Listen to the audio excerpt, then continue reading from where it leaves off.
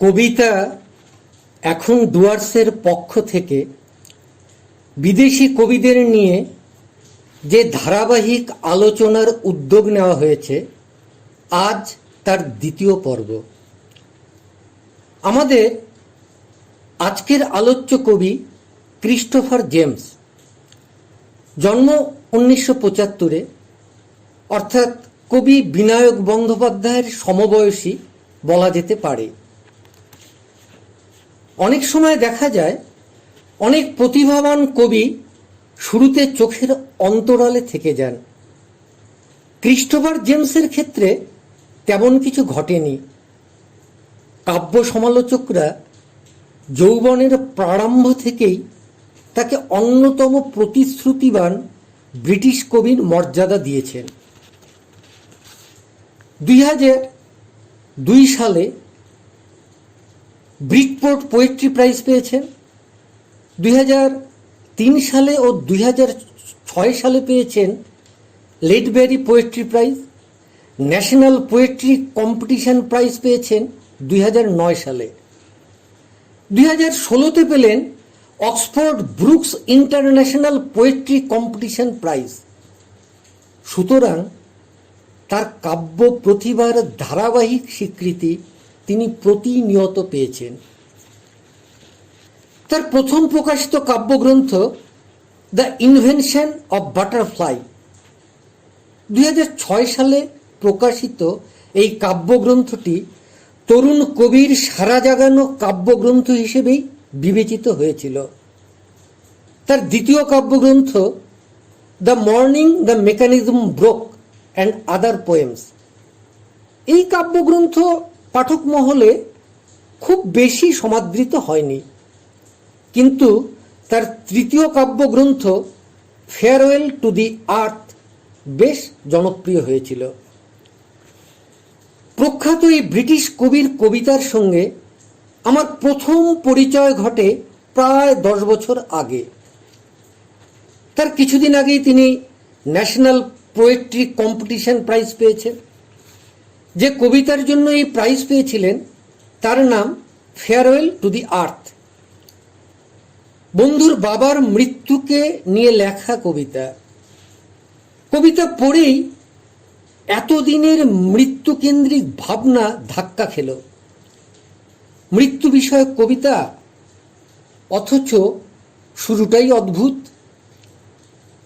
We buried him with a potato in each hand on New Year's Day, when the ground was hard as luck, wearing just cotton, his dancing shoes, plus a half bottle of pear cider to stave off the thirst.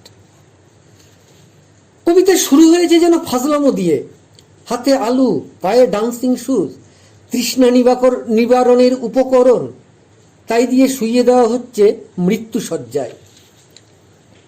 মৃত্যু বিষয়ক অনেক কবিতা পড়েছি, কিন্তু এমন কবিতা কোনো দিনও চোখে পড়েনি।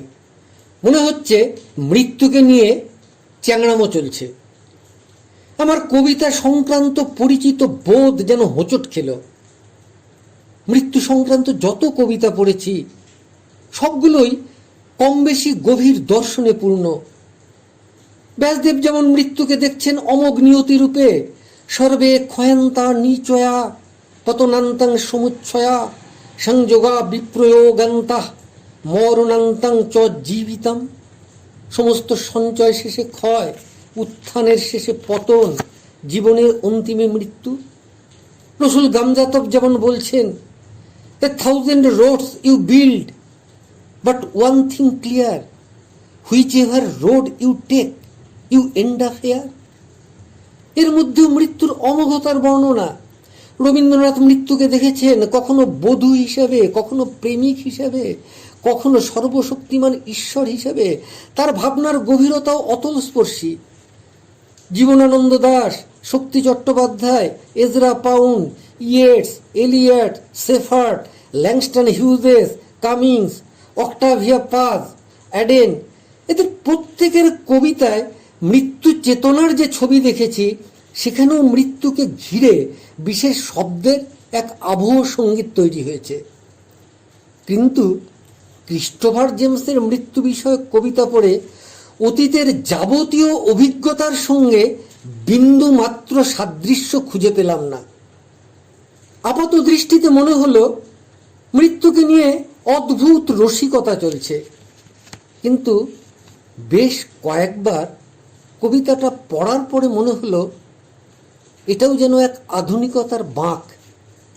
খুব হালকা চালে গভীর বিষয়কে তুলে ধরা যেতে পারে। সমালোচকরা একে ডেড প্যান হিউমার হিসেবে বর্ণনা করলেন।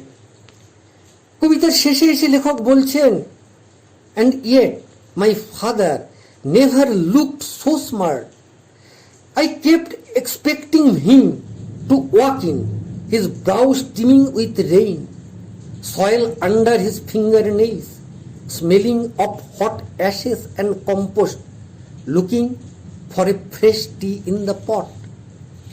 বাবাকে কখনো এত স্মার্ট মনে হয়নি। বাবা যেন চায়ের প্রতীক্ষায় এখনই যেন চা চাইবে।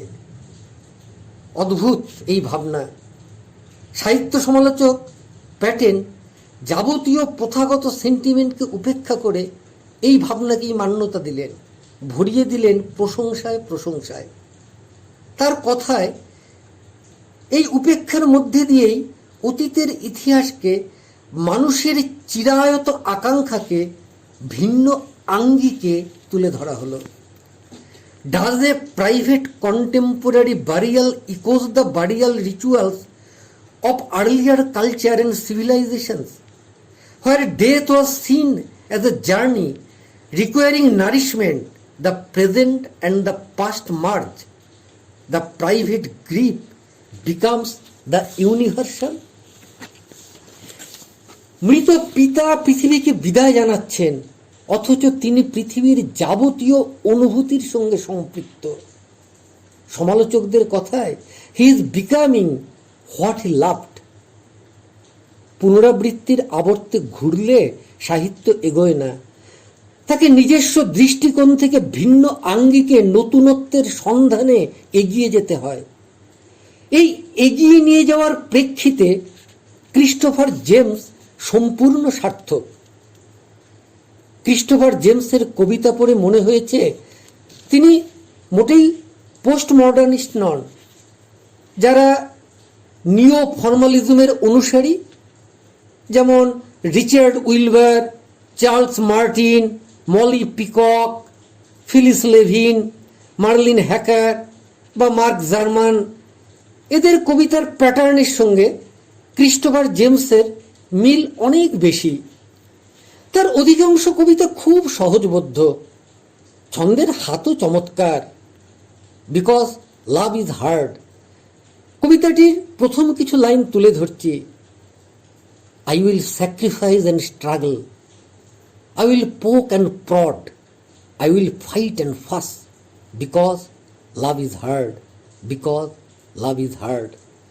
আধুনিকতার সব শর্ত মেনেও ভাষা যে কত সহজ সরল হতে পারে, এই কবিতাটি তার এক অপূর্ব দৃষ্টান্ত। The rise after the fall কবিতাতেও সেই একই জাদুর ছোঁয়া। I searched for many years, I cried many tears, I faced many fears. কবিতার শেষে এসে ভাবনার গভীরতা ও অমোঘ শব্দ প্রয়োগের চমৎকারিত্বে সম্মোহিত হতে হয়। Past is now, past now, heart is now, past now, searching is now, past now. I rise to face fear, I rise to face pain, I found myself defined by action. Words loud no more, I found light, I shine giving permission to shine. You rise. কবিতার কমিউনিকেশনের সিঁড়ি কোথাও ভেঙে দেওয়া হয়নি, সেই প্রচেষ্টাও নেই। কোনো উদ্ভট তত্ত্ব উদ্ভাবনের সামান্যতম ইচ্ছা নেই, কিন্তু হৃদয়কে আলোড়িত করার সব উপাদান আছে। I know I M a man কবিতায় আমরা পেলাম কবির সহজ স্বীকারোক্তি, যা হয়তো অগণন পাঠকের মনের কথা। But I Cry sometimes for no reason at all. But I worry for no reason at all. I stay with you for no reason other than the fact that I love. ভালোবাসার এত সুন্দর, এত মহত্তম উচ্চারণ আর কি হতে পারে? আমার এই প্রিয় কবি সম্প্রতি পদ্যের থেকে গদ্যের দিকেই বেশি মনোনিবেশ করেছেন। When love and hate collide এবং দ্য ফুল, এরপরে আর কোনো কাব্যগ্রন্থ প্রকাশিত হয়েছে কিনা আমার জানা নেই, কিন্তু Sherlock Holmes and the adventure of ruby elephants বা Sherlock Holmes and the jeweller of Florence এ ধরনের বই লিখেই চলেছেন। তবে কবিতা যার শ্বাসে প্রশ্বাসে মিশে আছে, তার পক্ষে কবিতাকে কখনো উপেক্ষা করা সম্ভব নয়। তাই আমার আশা, আমার বিশ্বাস, তিনি অগণিত পাঠককে ভবিষ্যতেও তার কবিতা দিয়ে মুগ্ধ করবেন, তৃপ্ত করবেন, অনুপ্রাণিত করবেন।